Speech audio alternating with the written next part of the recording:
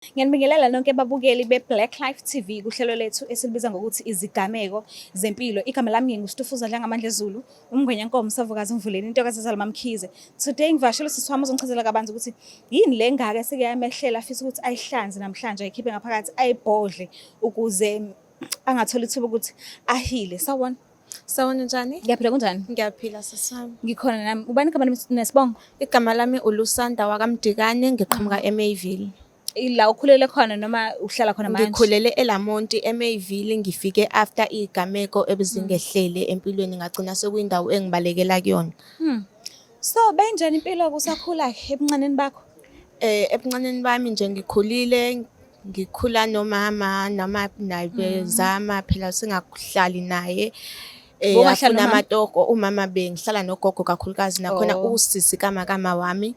Bengihlala naye uma efuna amatoho ngoba ukhule naye enganamzali, so bekumele ahambe osebenza asebenzele usisi wakhe ukuthi akwazi ukuthi ondle ingane mawakhe le encane, akwazi ukuthi ondle nathi. Ubaba washona 2004. Oh, asikizi. So ukhule nje vele bengeke eduze? Yes, ubaba angimazi. Oh, okay. So kwenzakalani-ke sithini isigameko sakwehlela? Isigameko esangehlela kwaku-2017 ngoJune 1. Bengiyintombi kahle bengiyintombazane ngikhule ngihamba umhlanga. Siba nama-camp abakhona eTehisi. Nakhona futhi bengihlala eLamonti, kwathi kusuka eTehisi ngifike ngokuthi ekhaya la besikhulele khona bekungasekho kuhle kahle. Sekuwukuthi kukhona nokuhlukumezeka umuntu ebese kuthola wabona umama ukuthi ngoba ngathi ngiyaphazamiseka esikoleni ngcono asihambe sohlala eTehisi sihlale naye ukuze sizokwazi ukuthi sibe right. Nginobhuti wami omncane ongilamayo. Imake eTehisi kongive kuhlala abesilisa bodwa? I-hostel lana besifazane bayahlala. Oh, okay, uxubile. Yes, kuxubile manje. Oh, okay. Yes. So besihlala eTehisi, so bekukhona ke ama afternoon studies ngoba besengenza umatric 2017. So i-study sethu sasiqala u6. Ngalelo langa I think u6 washaya ngisasendlini, mhlambe ngaphuma endlini u6 seku6 namaminithana esakhona ke lapho. Ngithi mina mhlambe ngangifaka ama-earphone, ngiphethe ifoni yami, ngiphethe nobhaka ngithi ngiyofunda. Ngithi kuqhamuke ubhuti nje angibingelele athi nje yasimoli. Nami ngiphendule ngokweyisa kwami ke ngithi yebo medium. Uyamazi ubhuti lo? Angimazi. Ngiyaqala ukumbona ngalelo langa ebusuku. Kuleyo ndawo futhi sasihamba kona kwakumnyama nje kunezihlahla khona lapho kuleyo ndawo leyo angibingelele ubhuti. Ngivume nami futhi nje ngokuthi nje sebo sawubona medium. Aqala ubhuti. Mawuthi ebusuku kwasekumnyama kakhulu. Kwakuyisebusika ngithi. Ngoba 6 kuyashesha ukuthi kuhle kube mnyama ama-street lights. Omdala ohamba naye okugadile? No, ngangihamba vele ngedwa ngaleso sikhathi cause vele kwakukhona indawo ekuthiwa iseMadlala village nasele ntonjana kucishe kusondelene akuqhelile kangako. So sasifundela khona. Ngithe kusanjalo ke ubhuti esangibingelelile kwakuthi nami ngimphendula nami ngendlela yami. Ubhuti angibambe aqale eze kumina athi mina ngimjoyela kabi indaba ngizombiza ngomedium. Aqala shaye ngempama, hayi ubhuti ngithi aqale ngisathuswa yilokho. Athatha ifoni yami angihlutha ama-earphone angidonsa ngobhaka angidonsele kule ndawo le nehlathi. Akekho umuntu oseduze lapho obonayo? No, vele indawo akuhamba because vele mohamba khona sukuyophumela kuPotsho ozokukhiphela kule mjondolo le eseduze naseTehisi. Hayi ubhuti angidonsa ngidonsa futhi nje abe nodlame angikhombe ngombese ecaca ukuthi nje futhi uyawufaka ngiwuzwe futhi engithinta ngawo. Athi nje ngikhumula iphenti angihluthe futhi nalelo phenti alikhumule kabuhlungu nje ecaca ukuthi nje uliqashulela kumina. Alale nami angidlwengule, alale nami ngenkani aqede angishiye lapho. Athe ngakangishiyi abe namazwi awashoyo ukuthi kona konke okwenzakalile akuphelele la. Mangike ngaye emaphoyiseni uzokwazi. Ngihlale lapho ahambe ubhuti, ngihlale lapho kuleyo ndawo leyo. Mhlambe ngaze ngasukuma mhlambe kwasekushaye no8. Ngihambe ngisaba ukuya endlini. Ngithi ngisahamba ngidlule ngoba eTehisi kuneyinamba mina ngangiye e19 e21 khona abantu engangibazi vele. La saqala sahlala khona kwakhona nabantu engangibazi. Ngithi awuthi ngidlule etoilet ngiyithuntuthe ngiyimanzise ngiyithuntuthe. Kube khona abafana ababengazi bathi bayangibingelela bayangiphaphela njengenje babona ukuthi angikho right. Ngihambe bangiyeke ngidlule. Ngithi mangifike e19 ngithi ngiyangena kukhona ubhuti wami because imbhede iba u4 vele etekisi umuntu nomuntu nihlani babaningi imindeni ehlukahlukene. Bangibuza ukuthi kwenzakaleni, wanohlabathi ekhanda wanotshani ekhanda kwenzakaleni right. Ngingakhulumi namuntu. Ngivele nje ngifuna ukuthi ngiqonde embhedeni ngifuna ukulala. Ngithi angifune ukukhuluma. Uma ngaleso sikhathi wayevakashele umngane wakhe 11. Babona ukuthi angikho right. Bafonela umama kuthi umama aphuthuma endlini. Bayabona ukuthi angikho right. Ngitshela ukuthi uma afike kuze kubizwe bangibuza ukuthi kwenzakaleni, ngibatshela ukuthi kwenzakaleni. Kufika umama ongihlolayo cause naye wayehlala etekisi. Afika umama asho ukuthi hayi kuyabonakala ukuthi yena khona la ngithinte khona but isho ukuthi akakwazanga ukuthi angilimaze lonke ilihlo. So kwathiwa ngiphuthunyiswa esibhedlela ukuthi ngizokwazi ukuthi ngivikeleke ezifweni. Ngempela kuthathwa imoto ngihanjiswe emshiyeni. Ngifike emshiyeni nginezwe amaphilisi la kuthiwa kumele ngiwaphuze for 28 days. Amaphilisi lawo ukuthi ngingakhulelwa lawa amanye ongawanikezwa khona ngawaphuziswa ngempela ngabuya ngahlala ekhaya ngahlala ngetekisi. Ngithe ngisahleli kophoqa ukuthi manje ngihambe ngesikoleni. Kwakumele sibe necamp ngomhla ka2 June ngangingasakwazi ukuthi ngiye ecampini. Ngiphindele esikoleni ngihambe bafike esikoleni uma afika batshela ukuthi sekube nento kanje. Athi mama ebatshela ukuthi esikoleni ngihambe ngohlala kancane ekhaya ngiphinde ngibuye ngoba sekumele ngizobhala. Nakhona ngangenza idrama, ngikhule ngenza idrama esikoleni. So kukhona lezi zinto lezi zama-theme program kuthiwa kumele silungise zona zonke lezo zinto lezo. Ngithi ngiyafika anikwazi ukuthi siyenze kukhona oshodayo ethimini. So sithi safika kusho ukuthi mina negroup yami asiphelele. Ngithi mina ngaleso sikhathi leso mina sengihlala kuphi sengihlala no-auntie eMayville. Sengisusiwe eTesi ngihambe ngaye eMayville. Sengisuke eMayville manje ngize esikoleni eLamonti. Ngithi ngobani ischeme abantu engenza nabo lento le asiphelele and asikwazi ukuthi singaqhubeka singaphelele. Athi ngihambe ngiyobona umama eTesi. Umama ngamshiya khona eTesi, ngimshiya nobhuti wami. So umdala ohlala naye. Ngangihlala no-aunt, ukhazini kama. Oh, okay. Yes. So ngithi mina uthi ngihambe ngiyobona uma eTesi because uma ngihlala naye bese ngijwayele phela ukuhlala naye eTesi. Sesijwayele futhi sengijwayele lokuthi ngihlala noma wami ngiyambona each and every day. Ngihambe ngempela ngithi ngeTesi manje ngithi ngiyaphuma nangu kukhona itaxi la ngaphandle kuna sesikoleni ngingayinaki ngiqhubeke ngihambe futhi ngifike esitolo ngifike ngiphume ngithenge ngithi nansi nayo le taxi lo bhuti naye afike futhi aphume azothenga la esitolo. Okay, ngathi uyangilandela ngale taxi le. Siqhubeke okay athenge ngithenge ngiqede ngihambe eqala ngimshiye nesathenga esitolo.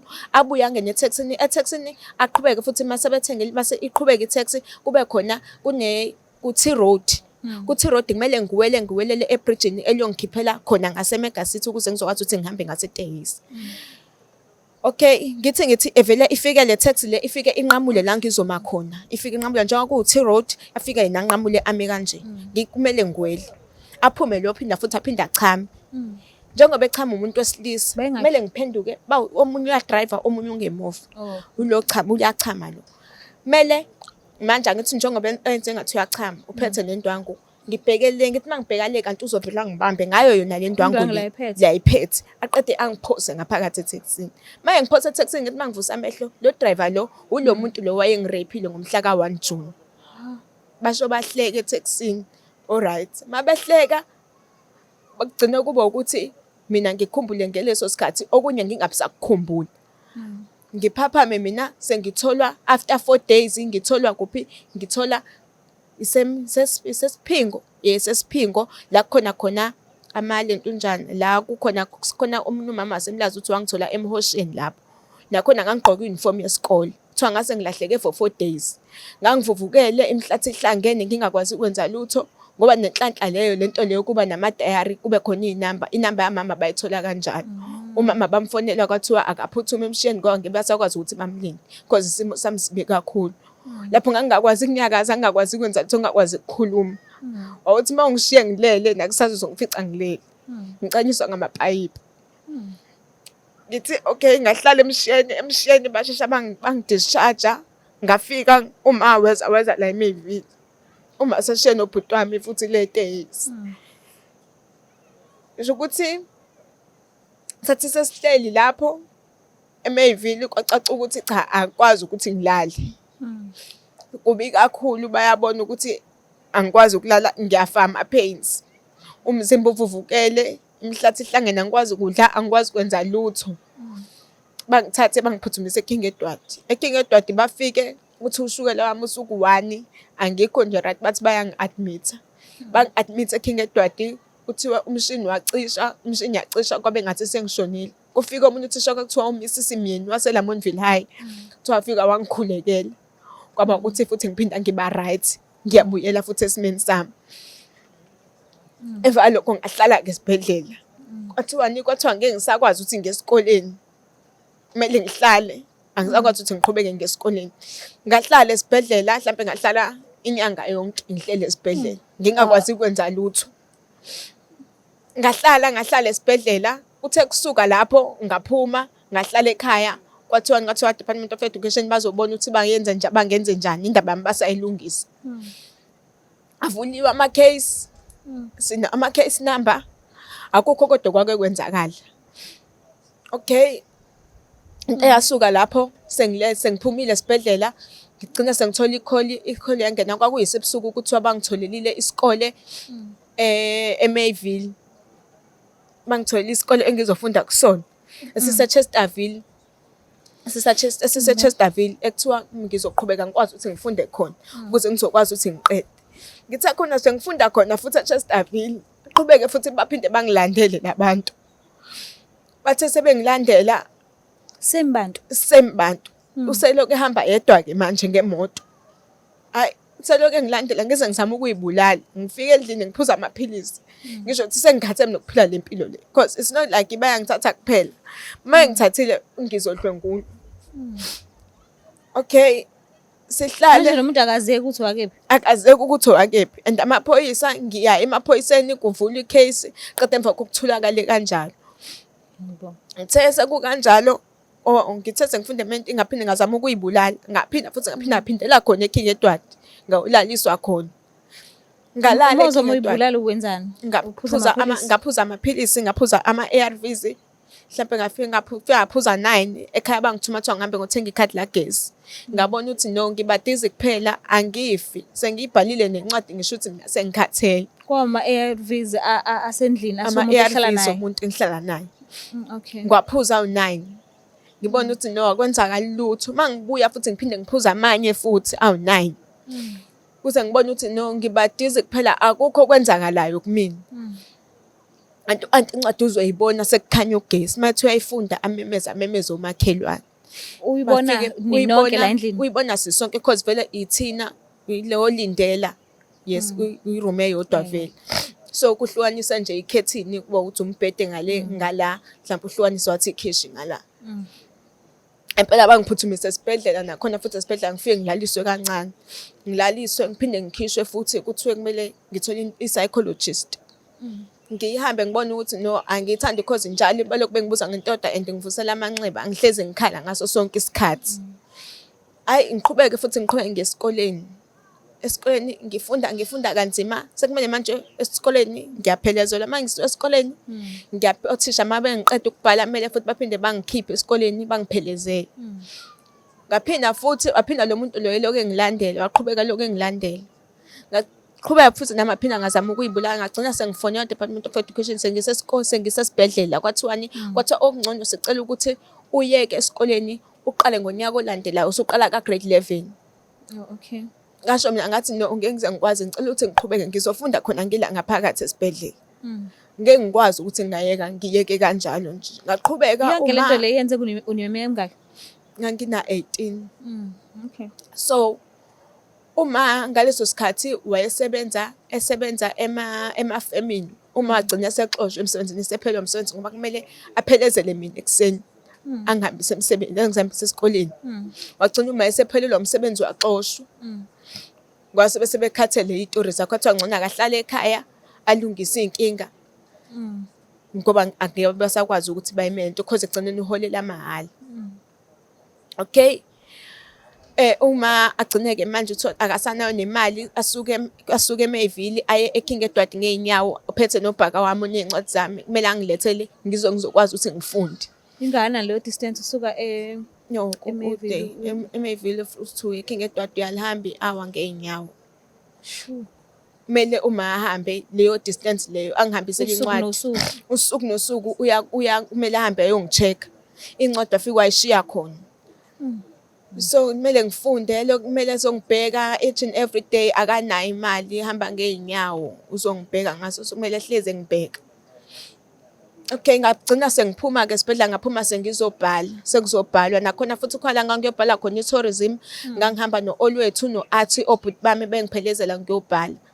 Nakhona futhi waqhamuka lo muntu lo ngemoto, wafika ngabatshela u-Olwethu ngathi mina nangu lo muntu lo. Bathi u-Olwethu no, wena usune-trauma, wena wonke umuntu onazo uy'tshela ukuthi ilo muntu lo wasambeni. Abangikholwa. Angibatshela ukuthi mina uyena.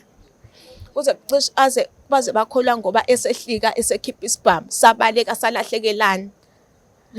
Sadukelana nabo-ke manje sobathathu. Ngabaleka ngihamba ngongena komunye umuzi bangiphelezela bangihambisa esikoleni. Ngafika esikoleni ngabhala i-tourism, ngabuya bangiphelezela-ke othisha bathiwe ekhaya bangilinde. Bangilinda ngempela ekhaya. Ngaze kwaba ngaphila leyo mpilo leyo kwaze kuba ukuthi ngiyaqeda ukubhala u-matric wami. Ngafuna umsebenzi ngawuthola eNorth Beach ema-Star Chef. Ngasebenza khona ngaze ngaqeda futhi ngathola ama-results ama-matric, kwathiwa ukuthi ngiphasile noma ngangingaphasanga phela kahle ngaphasa ngo-D. Ngaphasa ngiyeke ema-Star Chef ngonyaka olandelayo ngaqhubeka futhi ngayifundela, ngafuna isikole ngangasithola. Ngafuna umsebenzi ngawuthola eHontshozi. Ngasebenza futhi eHontshozi, ngaqhubeka ngayisebenzela eHontshozi nje kwaba ngathi konke sekuthulekile-ke 2018. Kwabe ngathi konke nje sekuthulekile, konke sekuhamba kahle. Awusamboni-ke manje yonke le minyaka nje uyafunda uyesuka. 2017, 2018 sengiyasebenza manje. Awumboni. Angimboni kwaku-2018. Okay. Ayibo ukuthi ngelinye ilanga sisemakethe la kuwa-week. Khona lo mgwaqo lo yabo la ngasemakethe lo ongenayo ukubona ama-taxi ayimoto mhlawumpe ey'suka lama kube ngathi uyangamasemathekisini amanye akhona ama-taxi ayemlazi, amabhasi ngala khona la imakethe. Then mase kuba khona umgwaqo lomncane-ke lapho. Ngangilapho futhi kube khona nje ubhuti nje othi sorry sisi nakho khona engathi kuyawo. Ngiphuma emsebenzini esho kumina labo bhuti bamatafula. Ngithi ngiyaphenduka kanti sengiphenduka laba ngangisafonela uma uthi uma ngagcina ngithi mina ma efonini uthi wakwa ukuthi uyangigcina lapho. Emva yalokho ngaphaphama sengiphapha ngazi ukuthi kodwa mina ngabangidedela sebengilahla kwaDabeka. Laba bengivalele khona babese kwakuyisembhedeni KaDabeka Claremont. Yes, eClaremont. Oh, Claremont. La ababengivalele khona kwakuyisembhedeni, babengivalele bengihlalisa embhedeni, kukhona izinto engathi osofa, kunendawo nje eyishawa. Unoma ubani ozizwe ngathi angalala nami asuke umalale nami. Babheme la phambi kwami bazenzela umathanda.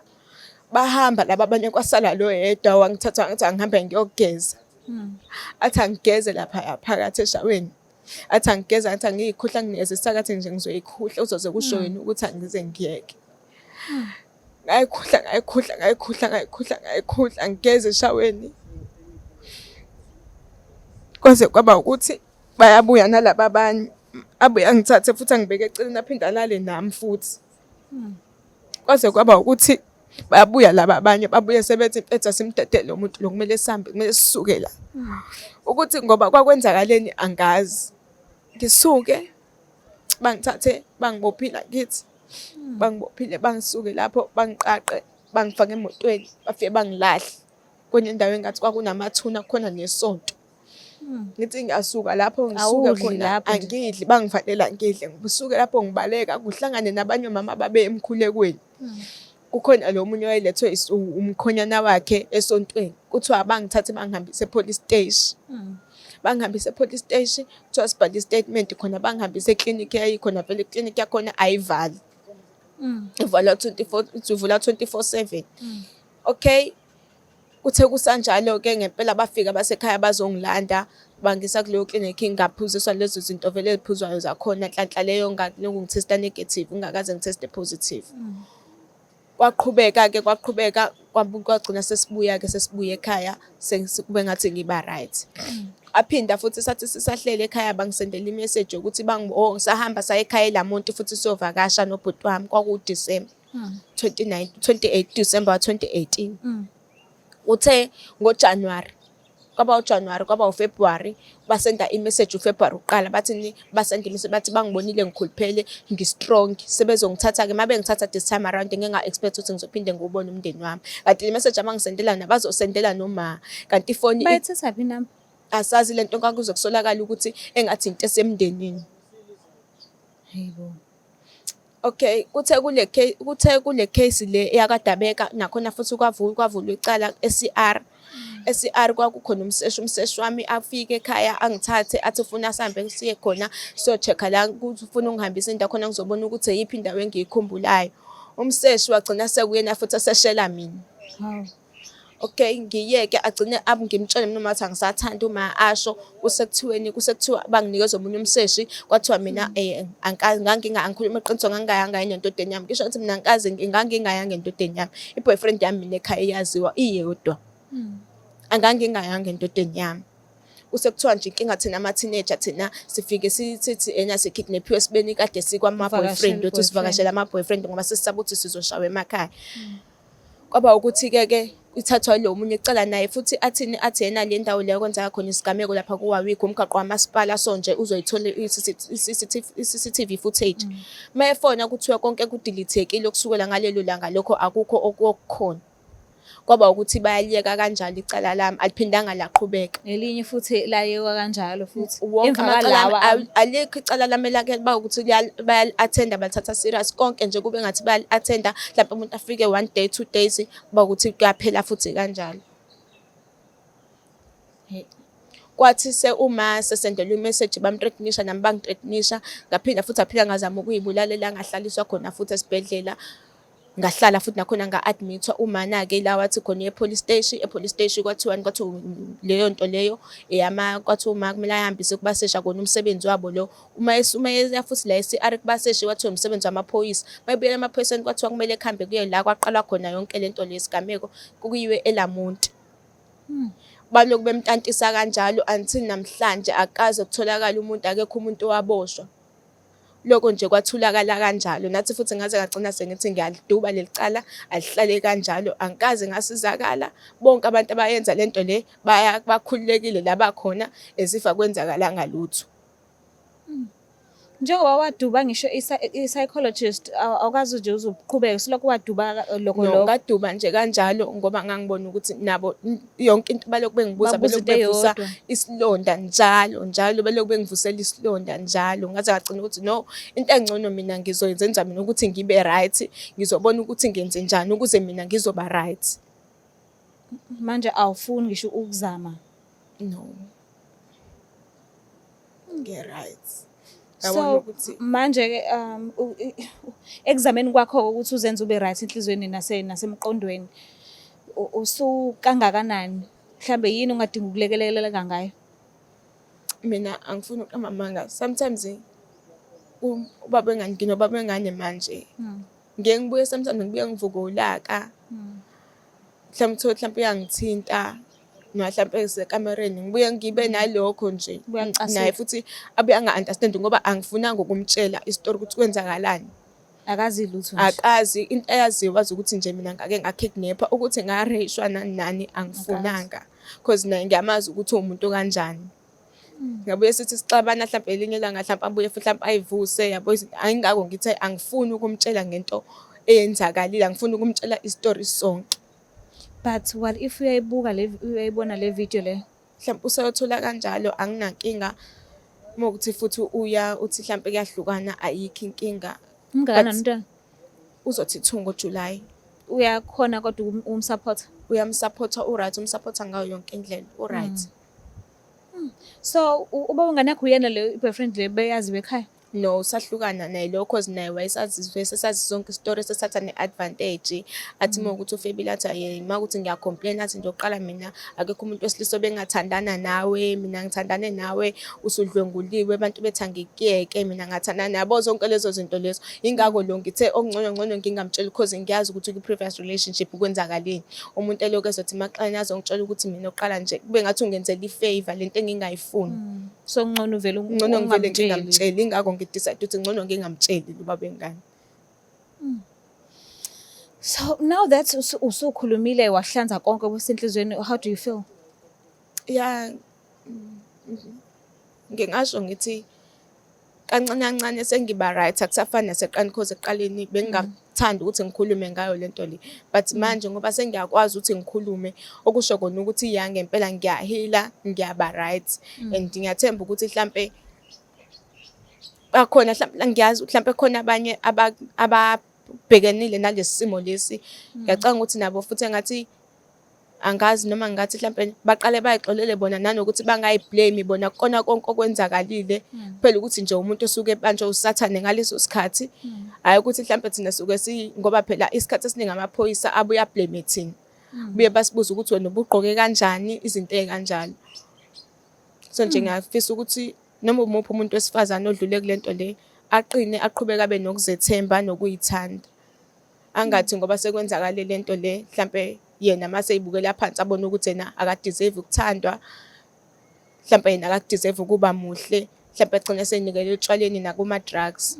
Cha, impilo nje iyaqhubeka bafethu, ngufakazi walokho. Impilo nje iyaqhubeka. Ungathanda ukuthini kubantu bomthetho la njengoba uchaza nje ukuthi sometimes babuye bakubuza ukuthi wena kanti ubugqoke kanjani, uthola ukuthi bayakusiza but bakusiza sakukuthethisa. Ungathanda ukuthini kubona? Abantu bomthetho mina engingakusho ukuthi babuye indlela abasebenza ngayo babuye bangayiboni ukuthi thina silimaza. Because mina khona lo bangibuza khona chatword, because i-chatword ngibengazi ukuthi iyasebenzisana nesiphingo. Bangibuza mina ukuthi i-number plate yemoto ibithini. Ngeke ngithi ngisenkingeni ngibheke ama-number plate emoto. Okokuqala lokho bangithethisela ukuthi bengeke ngize ngayibona i-number plate yemoto. Angiyibonanga manje kwenziwe njani? Angiyibonanga i-number plate yemoto. Manje usufela ukuthi manje awuyibonanga i-number plate. Engabe indlela abenza ngayo bona bagcina sebethatha i-blame yonke bayilethe kuthina, bona bayanqena ukwenza umsebenzi wabo. Umsebenzi wabo abawenzi. Bafuna ukuthi thina sibenzele umsebenzi wabo. Imibuzo yabo ayibi mihle kuthina, ngifuna ukungasho. Kwesinye isikhathi baningi abantu, mina namanje mina mangiye police station ngihlezi ngisho ukuthi noma kuthiwa kwenzakalani, mina police station ngiyoya ngoba kuthiwa ngiyo-certify or ngiyokwenza affidavit. Other than that ayikukho okunye okuphinde kungihlanganise amaphoyisa ngaphandle kwalokho kokubili. Ngeke uphinde ungibone mina kuthiwa ngiyovula i-case or mhlawumbe kuthiwa khona ngiyomreport emaphoyiseni. Ngeke ngize ngenze lento because vele abawenzile ukuthi abawenzi umsebenzi wabo. Let's hope usizakele ngokuthi ukhulume. Ayikho into edlula ukuthi ukhulume. Noma ngabe ungasizakala ngendlela but ukhuluma nje ukhipha kusenhlizweni because akekho umuntu obonayo ukuthi kwenzakalani enhlizweni yakho. So I hope usizakele ngokuthi ukhulume. Bengingacela kubaphathi baka Blaqlife TV ukuthi sikubhukhele i-counselling but uyachaza njengamanje ukuthi awusafuni ukulokhe ubuyele emuva ukhulume, uphendule imibuzo eyodwa bakubuza yona. Ubone ngazuthi lokho angeke kuze kusakusize. So ngicela nje ukuvele ngime kanje, ngikuthembe mawungitshela ukuthi uyakhona ukuzilapha wena ngokwakho. Ngikufisela inhlanhla ke ukuthi ngathi ngaqhubeka kahle ugcine usu right. Ngiyabonga sisi. Mawudinga usizo nawe ukuthi ukhulume, ayikho into edlula ukukhuluma. Ungaxhumana nathi kuleyo number leyo ubona lapho escreenini ezansi. Ngicela ungakhohlwa ukuthi usubscribe, ulike, ushare, ngiyathanda kakhulu. Okunye futhi engifisa ukuthi ngikugcizelele, siyacela abantu bomthetho ukuthi nanoma ngabe kuthiwa nidluliselwe icala elikanjani, cela ningasiblame bakithi, cela ningabeki icala kuthina njengoba sisuke size nina sofuna usizo kunina ngoba sithembe nini. Cela ningasiblame ukuthi lelo phutha lenzeke kanjani, senzeni thina nani. Cela nenzeni umsebenzi wenu ngendlela enifundiswe ngakhona nangendlela enitrainwe ngakhona. Niwutholile umsebenzi enikade nanikhulekela ukuthi niwuthole, cela niwenzeni ngendlela efanele niwenze ngakhona. Siyanicela. Ngiyathanda kakhulu. Bye.